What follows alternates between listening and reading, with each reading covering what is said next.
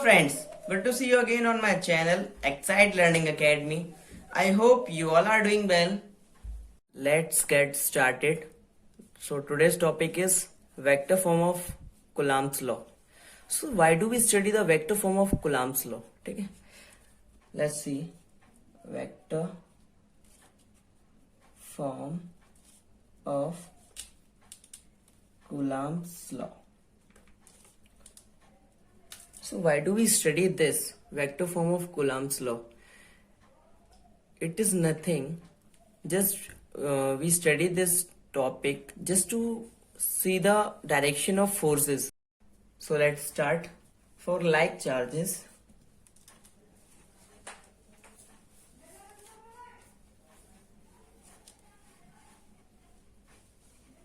like charges are those charges which have the same charge, like positive charge, negative charge. Okay, so we take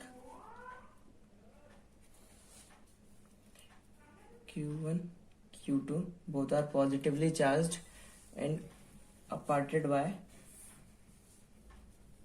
distance r. Okay, so the force on q1 due to q2, which is repulsive force, is F12.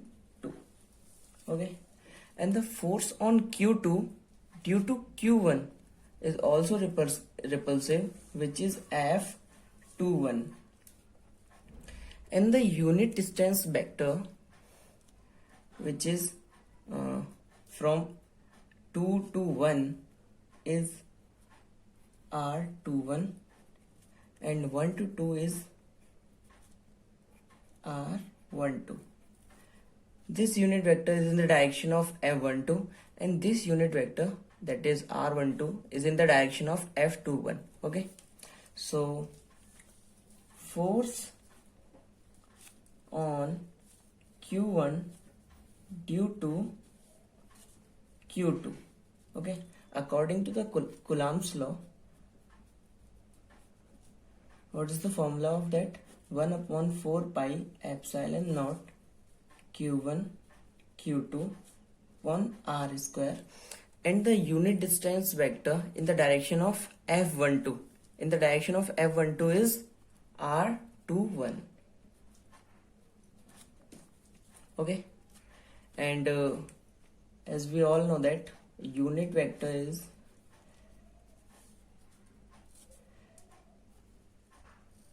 r vector over magnitude of that vector, and the magnitude of the unit vector R21 is r, as that is given to us. Okay, then F12 is equals to 1 upon 4 pi epsilon naught q1 q2 upon r square and R21 vector over r.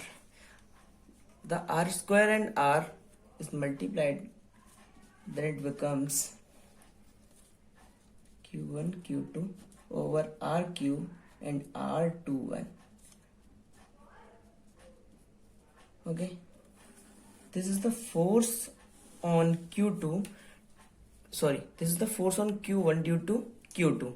Okay, now let's take force on q2 due to q1.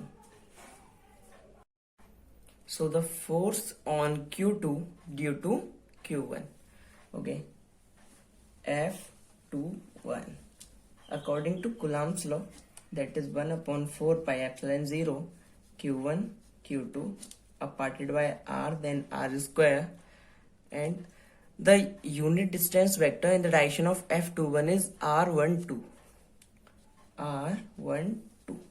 Okay, and unit vector is equals to vector R12 over the magnitude of that vector, and magnitude of that vector is R, and the force F21 is 1 upon 4 pi epsilon naught q1 q2 upon r square and the r vector r12 over r. R square into r is r cube, 1 upon 4 pi epsilon naught q1 q2 upon r cube into r12. Okay, so this is the force on q2 charge due to charge q1. Okay, and the vector r12 is just opposite of vector r21. That is why r12 is equals to the negative of r21. Hence, the f12 is also negative for f21. So, as earlier I have told you that the vector form of Coulomb's law tells us about the direction of the forces, and the direction is just opposite to the another one. Okay, so Coulomb's law is equivalent to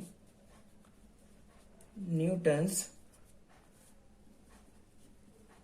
third law of motion. Okay, so now let's see the vector form of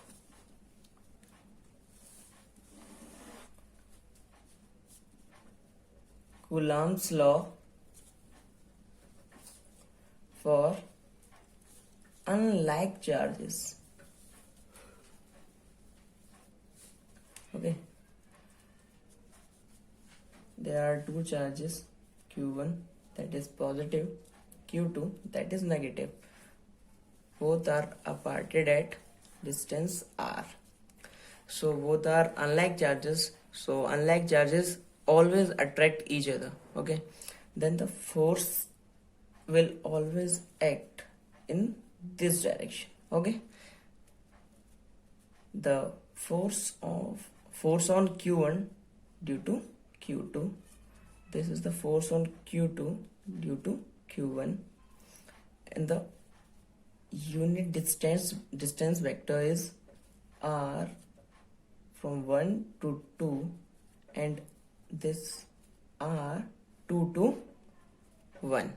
Okay, so force on q1 due to charge q2.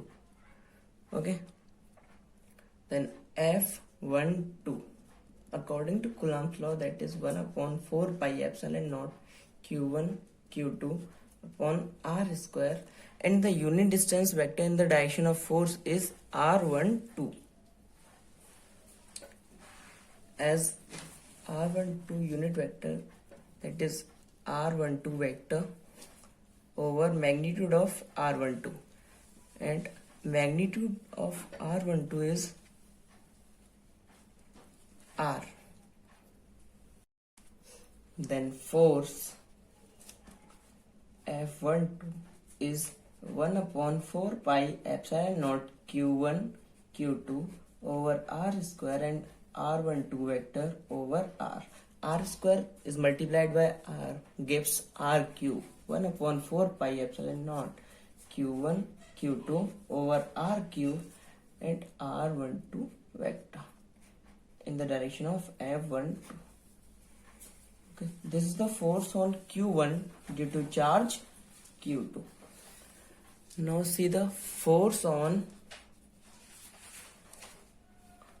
charge q2 due to charge q1.